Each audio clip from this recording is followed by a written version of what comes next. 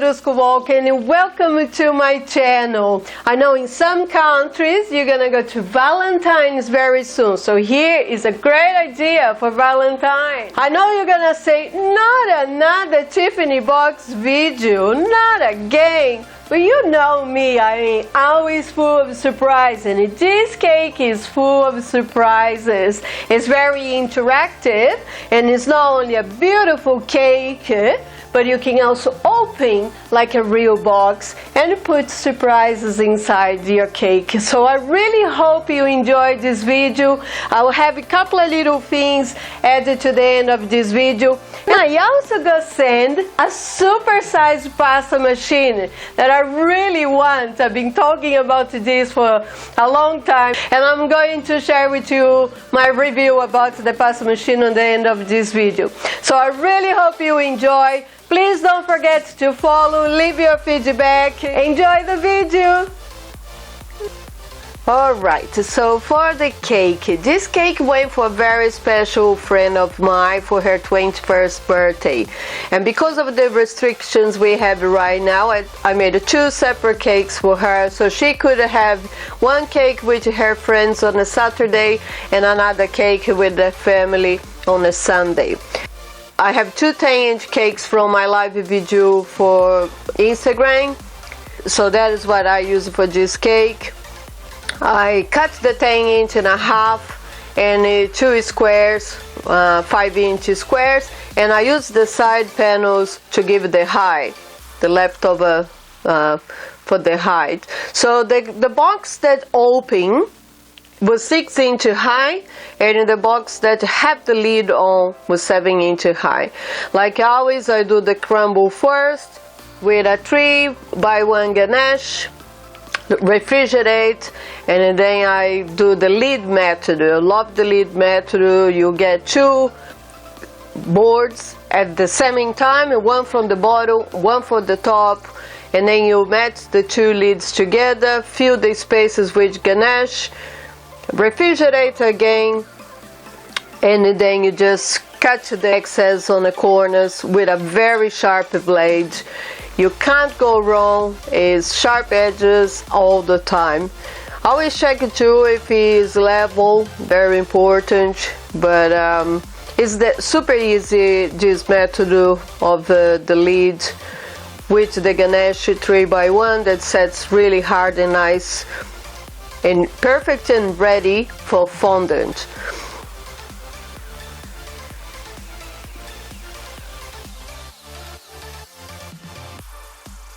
Now the fondant, you know, I'm on a quest looking for some a pasta machine or something that can help me open the fondant. I've been on this quest looking for machines for a long time, and it's my birthday in 1 week, and my husband just saw the super-sized pasta machine on Amazon, and he got for my birthday. So even though it's not my birthday yet, I couldn't wait to try the machine. So I was very pleased, very happy with the results, and there's a couple of things that could be improved, but I will show you at the end of this video. I know it looks a little bit awkward the way I'm doing, but it's only because of the way the cameras are set up, so it looks a little bit awkward the way I pick it up the fondant, but I was very happy with the results, and super quick and easy to use. For my cake, I decided to do the panels because then I get the super sharp corners that I want. So I made a template to the higher one, and then I cut 4 panels.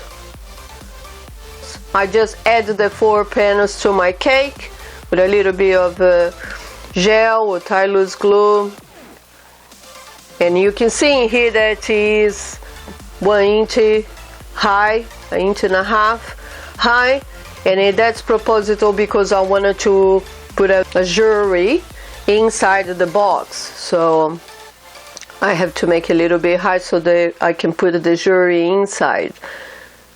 Just make sure you match the corners really well. Take your time in here. And the lid is super simple. The lid was super simple. I just cut a cake board on the exactly size of my box, and that's why I ended up doing the box first, because then I would get the measurements perfectly from the outside. Because when you add ganache, then you add the fondant, the box increases sizes, so it's important to do the box first. And I cut the lid to the higher one too. In this case, in here, I think it's 1.5 inches. And I just hot glue. I sand a little bit so I wouldn't get any sharp edges or any glue anywhere. Sand a little bit. Make sure you test. Make sure it fits perfectly in your box. And then you can cover with fondant, and it's super easy. I cover the top first, and then I cover the sides and let it dry. I could have add the logo, but I knew I was going to put the ribbon right on top of where the logo goes, so I could have made a template in here too for these side panels, but it was quicker to just measure and cut the stripes, the sides. And then if I have any excess, I just with my sharp blade just cut the excess. So it was easy this way, it was quicker. And as long as everything is matching perfect and you get the nice sharp edges, your lid will look beautiful and perfect, clean. For the second box, the one that the lid is on a box was much easier. I didn't even have to do a template. I just put the panels on a cake and then I cut the excess. That was quicker this way.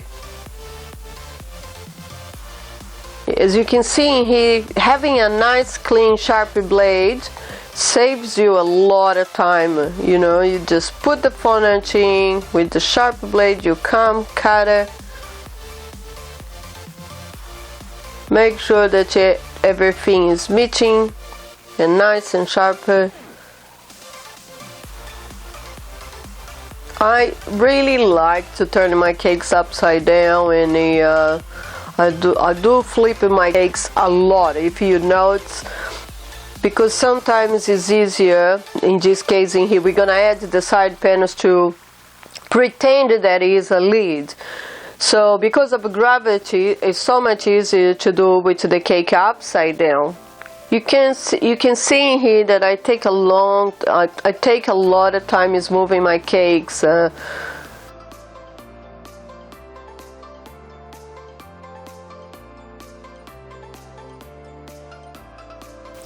Now for the ribbon, on the box that was completely edible, I use fondant for the ribbon, and super simple. Just open the fondant, cut to the thickness you want, and glue to your box. But for the box that's open, I ended up using the real ribbon.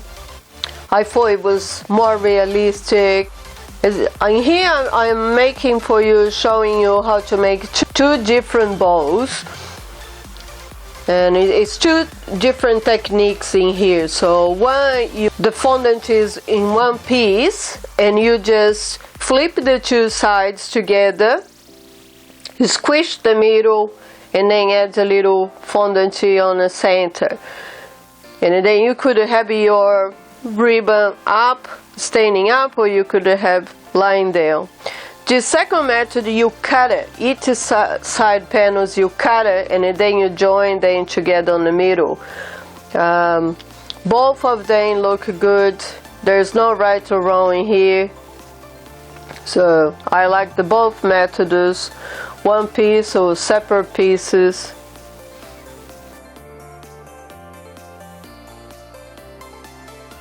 I put the jewelry inside the box, close the box. I hot glue the ribbon under the box.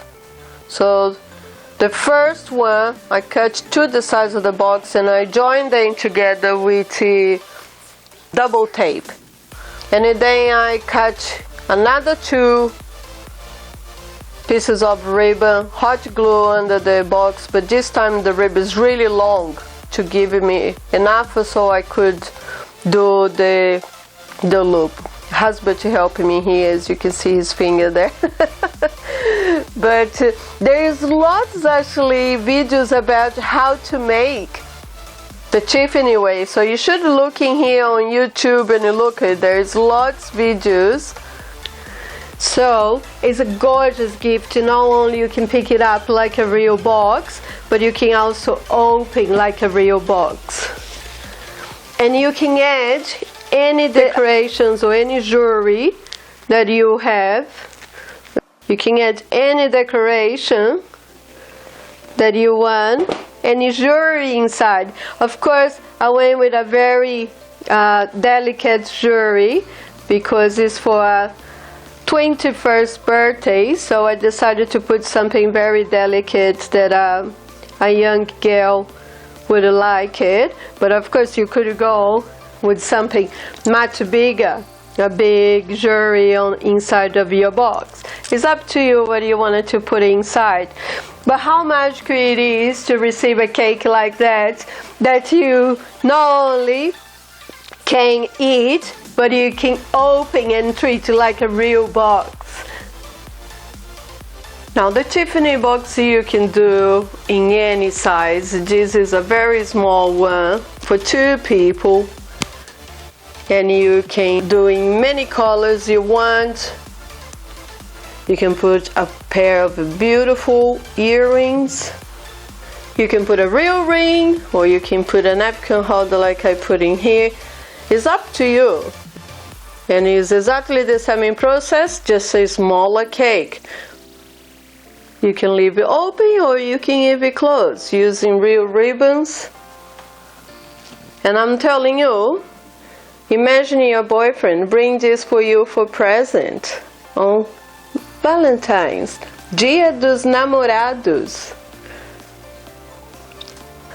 The mini cupcakes, well, I have a lot of videos already in here on my YouTube showing you how to make the mini cupcakes with the leftover.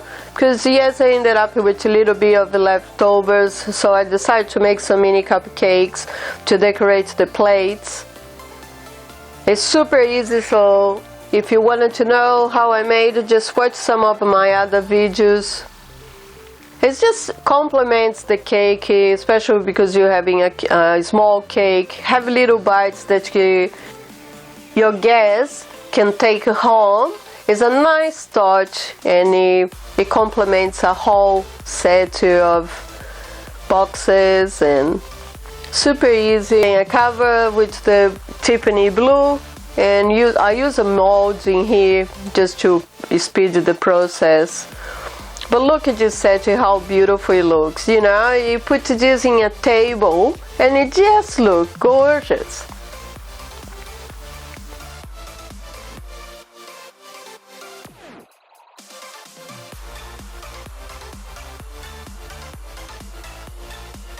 Okay, let's talk about this super size pasta machine. Well, okay, it's not really a pasta machine. It is a large dough roll from DKN ePro Pizza. It's a roller. So they also have a couple of videos in here on YouTube, so I will put the links on. So as you can see, it's a very large pasta machine. It's almost like 80 inches.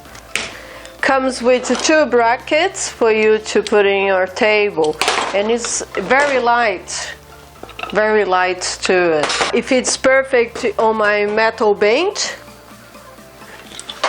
and add your brackets underneath of your table. So yeah, I wasn't happy with how clean the handle was. It was keep it falling off all the time.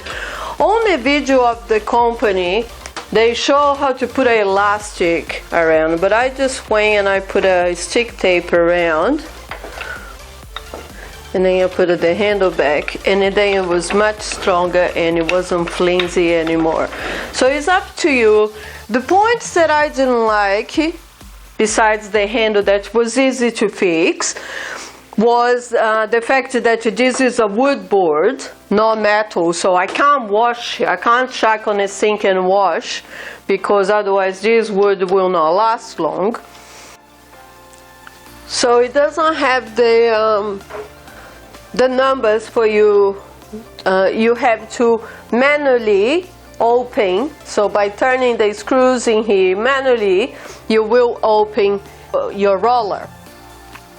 So there is a problem there that you could end up having one side smaller or more open than the other side, so you have to constantly really looking to see if they are the same. But with the timing I got used to with that, and all I did is you bring back to the closed position, and then you restart again to the thickness you need. So, with time you get used to with the way the machine works. You have to put a lot of icing sugar or corn flour on your fondant so it doesn't stick to the roll. This plaque in here, this shelf, you can remove.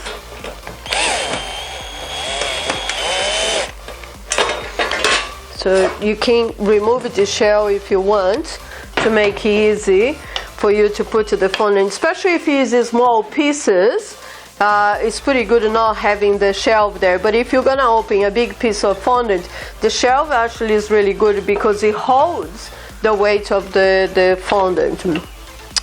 The biggest negative I think I can say about this roller is it doesn't have the catchment that blade that a real pasta machine have. So a pasta machine, under the machine there is a blade in here that catches the fondant. Alright? When the fondant turns on a pasta machine, the fondant goes forward. The fondant is constantly going forward. But in here, because it doesn't have that blade, what's happening is you have to constantly put your hands under to push the fondant forward. Otherwise the fondant come back and it keeps going in a cycle inside of the rollers. But as soon as you get used to doing that. So overall, I thought it was a good buy. I thought it was a very good present. So my husband is really on my good books because it's a good machine. It will save me a lot of time. It was very affordable.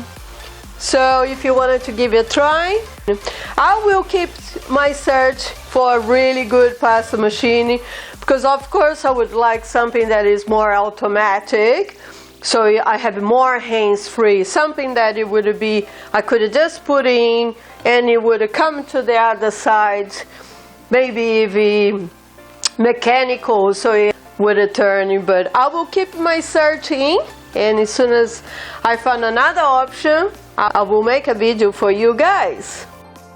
So I really hope you enjoyed this video. It's full of little information here, a lot of information, and have a really good Valentine's, whatever you are that you are going to celebrate Valentine's. Thank you for watching, and don't forget to go to my website, purchase my book. It has everything you need to create magical 3D cakes with structure. There's recipes, there's tips and tricks, everything you need to know.